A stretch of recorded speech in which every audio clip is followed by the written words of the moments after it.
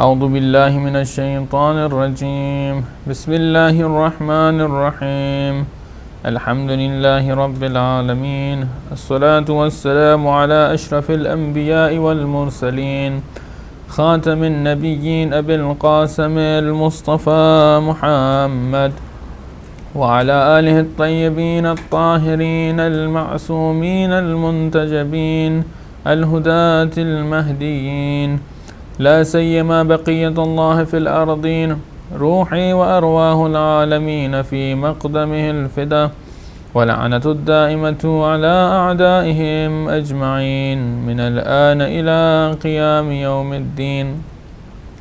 أما بعد فقد قال الله سبحانه وتعالى في محكم الكتاب المبين وهو أصدق الصادقين وقوله الحق.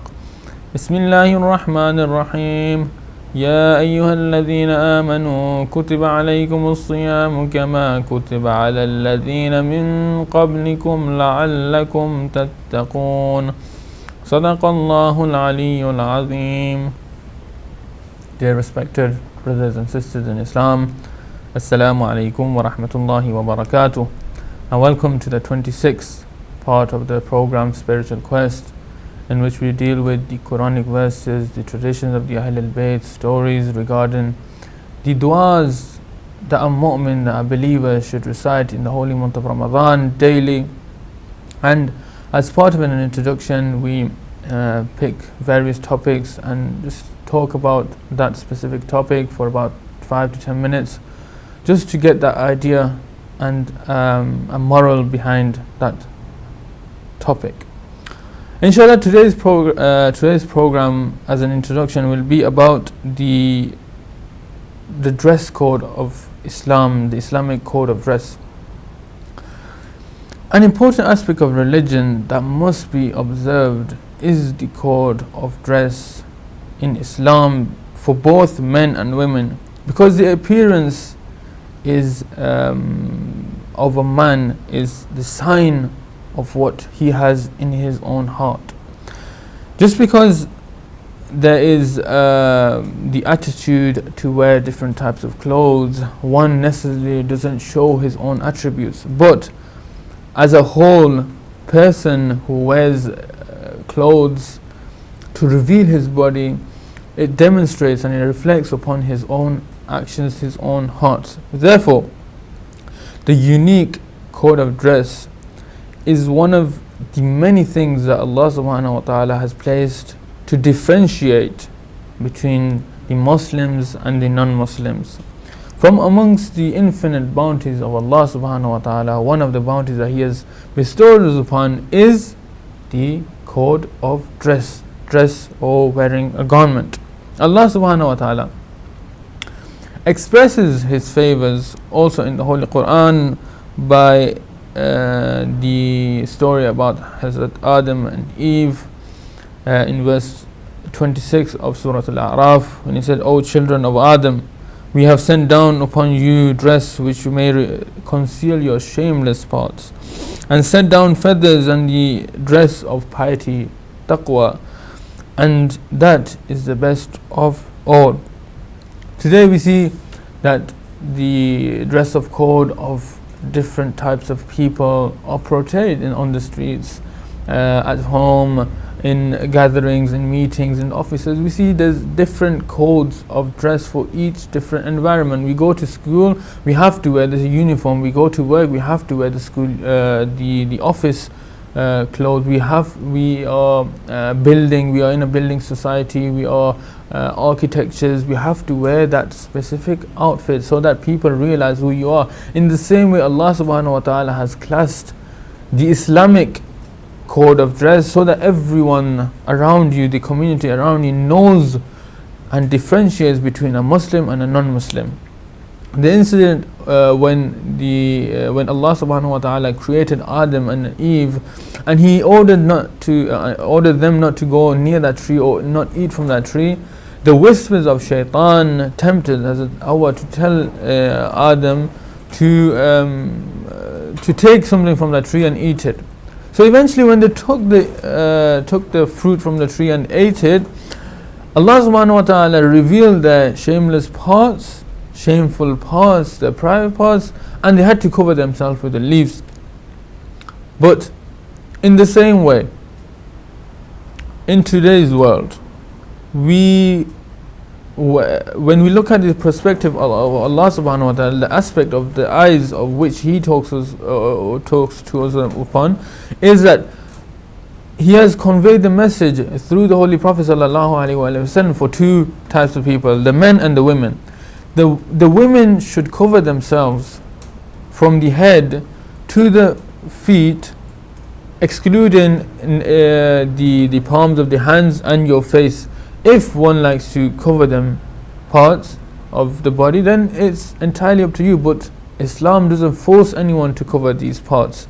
It is recommended upon a woman to cover her body so that she doesn't, especially her hair, that she doesn't reveal it to the non-mahrams. The non-mahram being the people who is her opposite gender, as well as the women performing their actions upon their hijab, their covering the body, the covering of the hair. The men also have to have hijab, and also there is hijab of the eyes.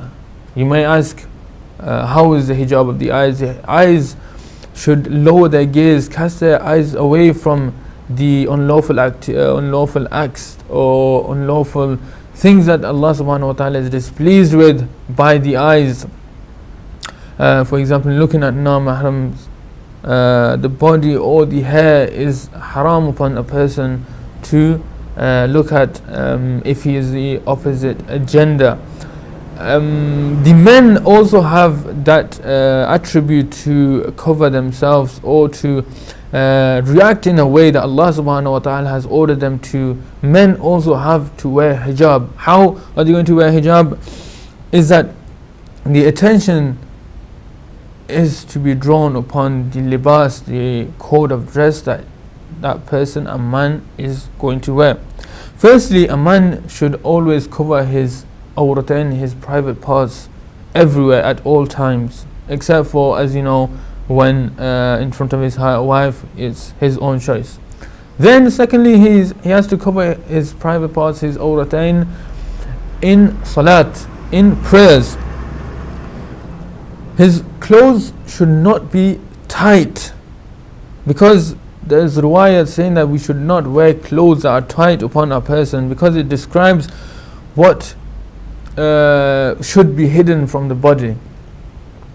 It should not be thin as to show the color of the skin of your body or what should be covered. And we should wear dresses that do not reflect the dress of women, because women have their own category of clothing and men have their own category of clothing. Men are men and women are women. Men should not mingle with the libas, with the dress and selection of clothes from the opposite gender. No, men have their own style of clothing and women have their own style. Men can't wear women clothes and women can't wear men clothes. That's very simple. So we should not dress like women. They should not wear clothes of fame, pride and vanity. They should not be made from pure silk, because pure silk is haram upon a person, a male being. A woman can wear pure silk, but men, they are not allowed to wear pure silk. A man goes to that extent that he is not even allowed to wear gold, let alone libas, his dress. He is not allowed to wear gold. We should remember how the Quran portrays the libas of a person, whether it be male or female. The Quran says, Bismillah ar-Rahman ar-Rahim, wa libasu taqwa dhalika khayrun lakum. And the garment of piety should be worn, because that is the best of them all. Imam Ali alayhi salam said, once a blind man in the company of the Holy Prophet sallallahu alaihi wasallam asked permission of Hazrat Zahra salamullah alayha to enter her house. She stopped him until she covered herself. The Holy Prophet sallallahu alaihi wasallam asked, "O Zahra, Fatima Zahra, why did you cover yourself?" Then Hazrat Fatima replied by saying, because I had to cover myself. But Prophet said that he will not be able to see you because he is blind. So Hazrat Fatima Zahra Salamullah replied by saying that even though he cannot see me, I am able to see me. I have to hide myself so that even if he can't see me, he can smell the scent of me being there.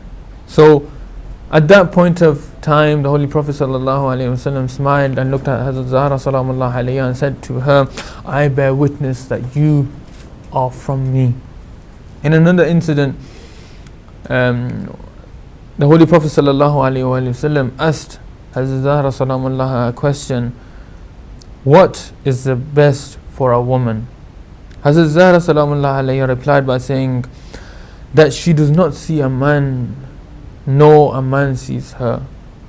These are the beautiful words, the wise and the wisdom words of Lady Fatima Zahra Salamullah alayha, that no one sees a woman, meaning that no one sees someone who is na-mahram, and a man who is na-mahram sees another na-mahram.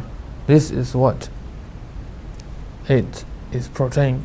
We move on to the 26th part, 26th dua of the holy month of Ramadan. Allahumma salli ala Muhammadin wa ali Muhammad. اللهم اجعل سعي فيه مشكورا وذنبي فيه مغفورا وعملي فيه مقبولا وعيبي فيه مستورا يا أسمع السامعين. O Allah, on this day make my efforts worthy of appreciation, and my sins forgiven, my deeds accepted, my flaws concealed, O the best of who you can hear. There are 4 different topics covered within this beautiful dua. The first being is to strive to the best of your abilities, seeking the forgiveness of Allah subhanahu wa ta'ala and the acceptance of your deeds, and finally covering your private parts. The Holy Prophet sallallahu alaihi wasallam in regards to this beautiful dua in one of his sections has said, Man alima min akhihi sayyatan fasataraha satarullah alayhi yawm al-qiyamah. If one doesn't reveal and hide the sins of another believer, Allah subhanahu wa ta'ala on the day of judgment will hide his sins and will take his punishment lightly.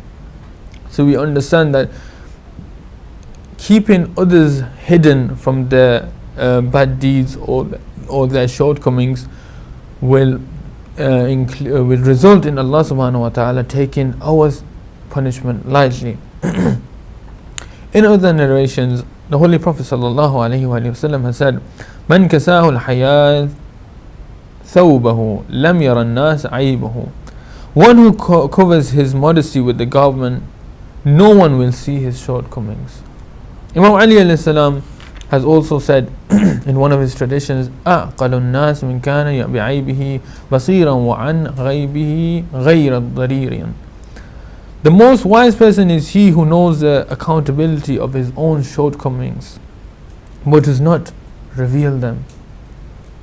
Imam Ja'far Sadiq alayhi salam in regards to this has said, إِذَا رَأَيْتُمُ الْعَبْدَ مُتَقَيِّدًا لِذَنْبِ النَّاسِ نَاسِيًا لِذُنُوبِهِ فَاعْلَمُوا أَنَّهُ قَدْ مُكِرَ بِهِ. If a person sees someone's mistakes and he tries to find more and more mistakes within that person, then surely know and tries to hide his own things, then surely know that you will face the same consequences.